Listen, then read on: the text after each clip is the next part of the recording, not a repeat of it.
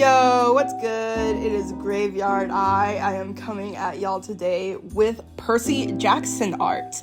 I decided today that I would draw Percy, Grover, and Annabeth, our main three, in honor of the Percy Jackson Disney Plus series coming out, if I get this video out on time, today. Percy Jackson is a book series written by Rick Riordan. It has 5 books in the original Percy Jackson and the Olympian series, and I decided today that I would draw Percy Jackson, our titular character, first. Percy is a Greek demigod, and he is the son of Poseidon, so he gets special powers such as being able to navigate anywhere in the sea, never getting wet, not being affected by pressure, being able to talk underwater, being able to talk to sea creatures, etc., etc. It's also implied that he can make the ground shake, or I don't even know if it's implied, because in Battle of the Labyrinth, I think it was Battle of the Labyrinth, he makes Mount St. Helens explode. So, one of Poseidon's epithets is ground shaker, so naturally, to reflect this, I gave him surfer boy vibes. I gave him like the sort of long hair, as well as giving him a very casual pose. He's leaning on Riptide, which is his sword, which, mind you, was hell to draw because I had to use a lot of historical references because I refused to get it wrong. In addition to this, it is important to note that while I did draw them after the casting was decided, I have my own interpretations of how the book characters are. So Percy does not look like Walker Scobell. He is also supposed to be 15-ish while I'm drawing this because in May I was reading Battle of the Labyrinth, so yeah.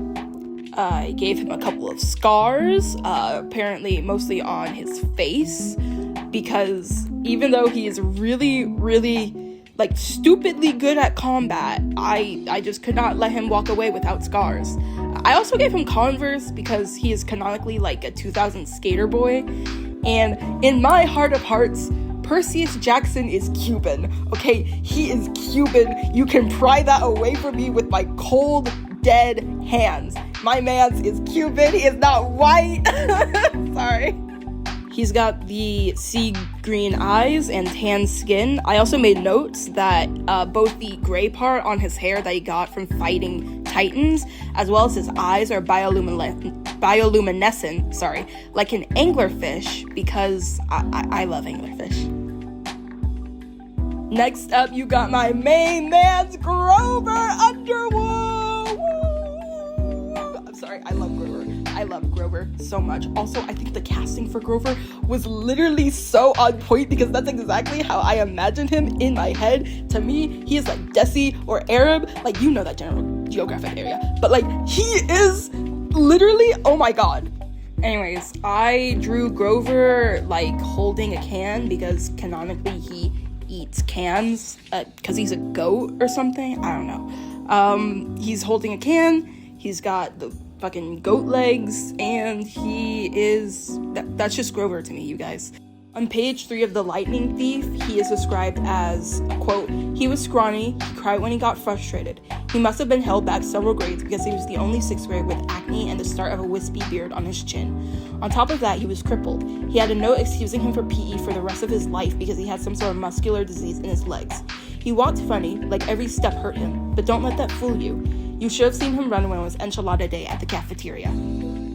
Design-wise, I played up the wispy beard that he had and gave him, like, more hair there. It's less of a wispy beard and it's more, like, concrete. I also straight up gave up on doing the, like, side profile. I was like, no. He has a big nose because I love big noses, you guys. They're such a good character design trait. He also has a tooth gap because, listen, if you want to spice up a character design, give them big nose, give them moles, give them a tooth gap, give them freckles. That is the number one, okay? As for his eyes, they are a very dark maroon red with yellow. His hair is green because I cannot draw characters with black hair. I refuse. It's dark green. I gave him a Camp Half-Blood orange hoodie, and yeah, that's about it. And finally, we've come to my girl, Annabeth Chase. Woo! And the casting was perfect for Annabeth in the PJO series. Like, Leah, that is my Annabeth. That is exactly how I picture Annabeth while reading the books. Annabeth is first referenced in page 57, the first page of chapter 5, as, quote, "The girl with curly blonde hair hovered over me, smirking as she scraped drops off my chin with a spoon."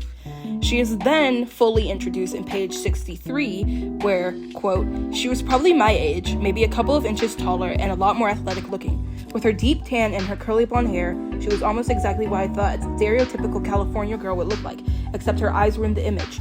They were a startling gray, like storm clouds. Pretty, but intimidating too, as if she was analyzing the best way to take me down in a fight." Annabeth Chase is the daughter of Frederick Chase and Athena, and she has lived in cabin number 6 since I think she was like 7. She ran away from her mortal home and ran away with Thalia and Luke to come to Camp Half-Blood. She's lived there for years when we first meet her. She is supposedly the camper who has been there the longest, and she's a year-rounder. For her design, I obviously made her black.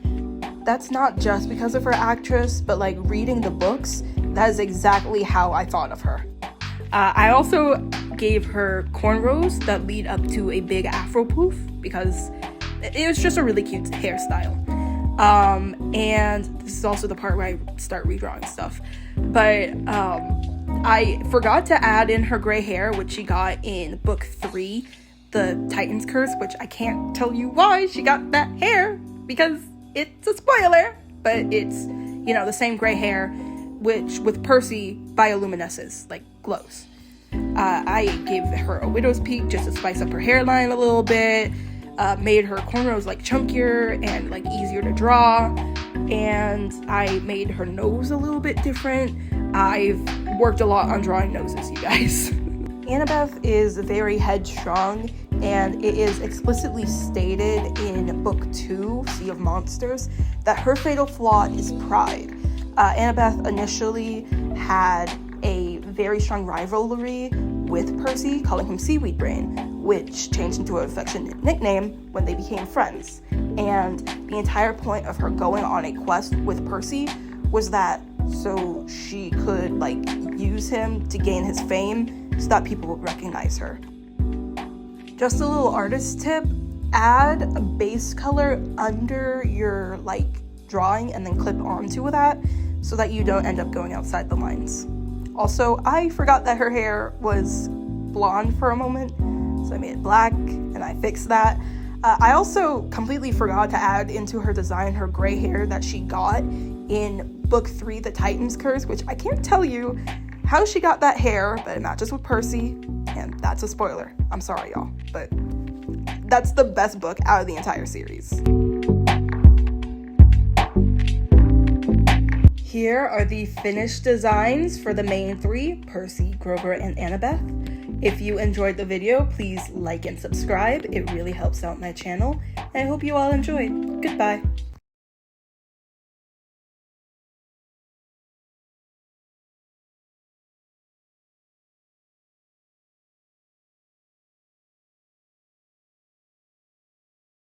And yeah, that's pretty much about it.